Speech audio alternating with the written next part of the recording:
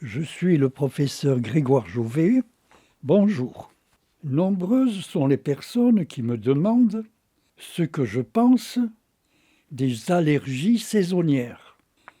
Qu'elles soient saisonnières ou en dehors d'une saison, une allergie est une allergie. D'abord, il faut savoir qu'il est normal d'être allergique à une substance plus ou moins toxique. L'homéostasie de notre force vitale, donc de notre foie, a horreur des poisons qui entrent dans notre organisme.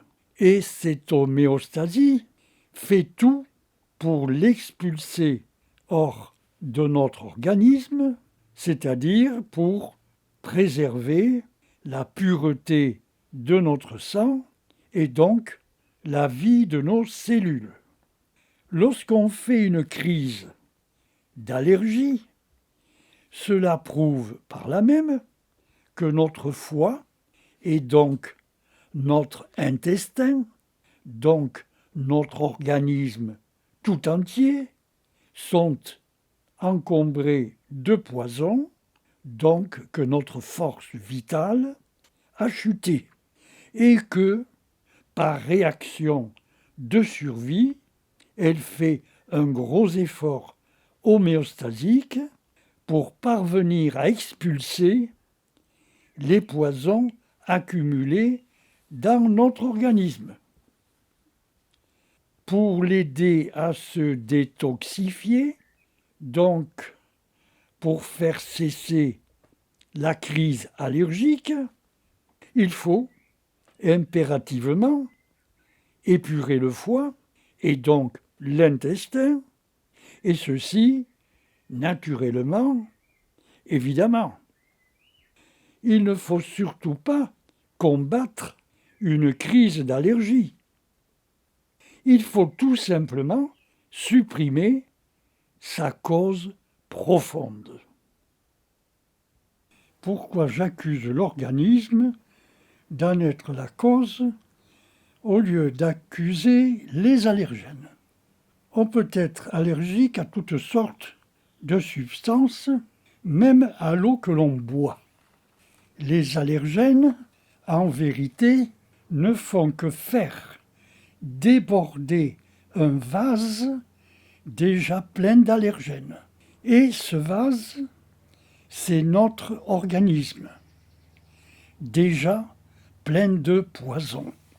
L'allergie est effectivement une réaction normale d'autodéfense de l'organisme face à une substance étrangère plus ou moins toxique, dite allergisante.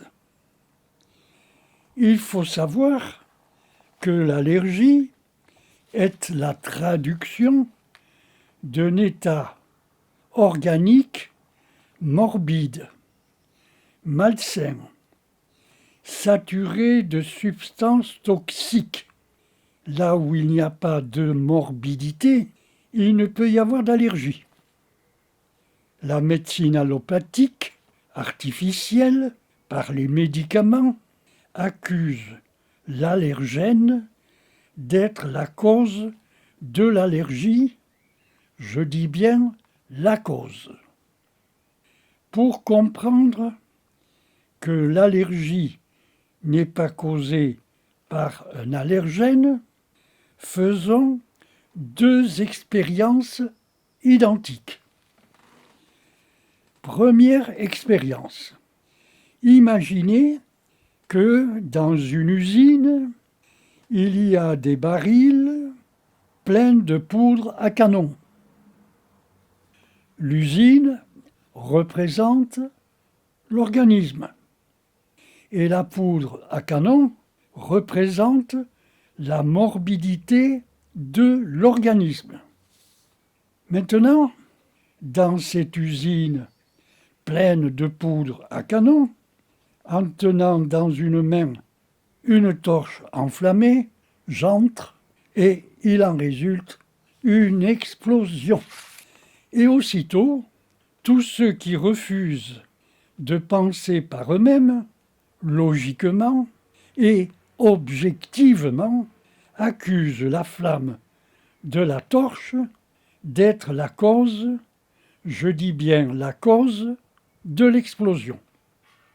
Eh bien, tous ces gens-là se trompent. En effet, refaisons la même expérience, toujours en tenant dans une main une torche enflammée. J'entre dans une usine dans laquelle les barils sont totalement vides de poudre à canon. Eh bien, il n'y a pas d'explosion. Ce qui prouve bien que la cause de l'explosion est la poudre à canon et non pas la flamme de la torche.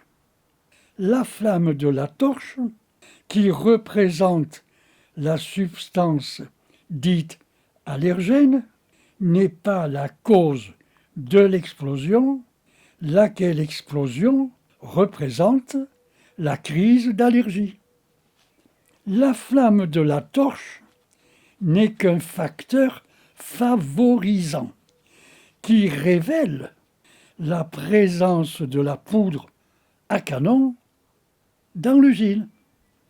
Ce qui veut dire qu'un allergène n'est qu'un facteur favorisant qui révèle la présence d'une morbidité organique, morbidité causée par une insuffisance fonctionnelle du foie et de l'intestin, voire causée par un dysfonctionnement du foie et donc de l'intestin, eux-mêmes encombrés de poison qui n'arrivent pas de ce fait à détoxifier et donc à neutraliser l'allergène.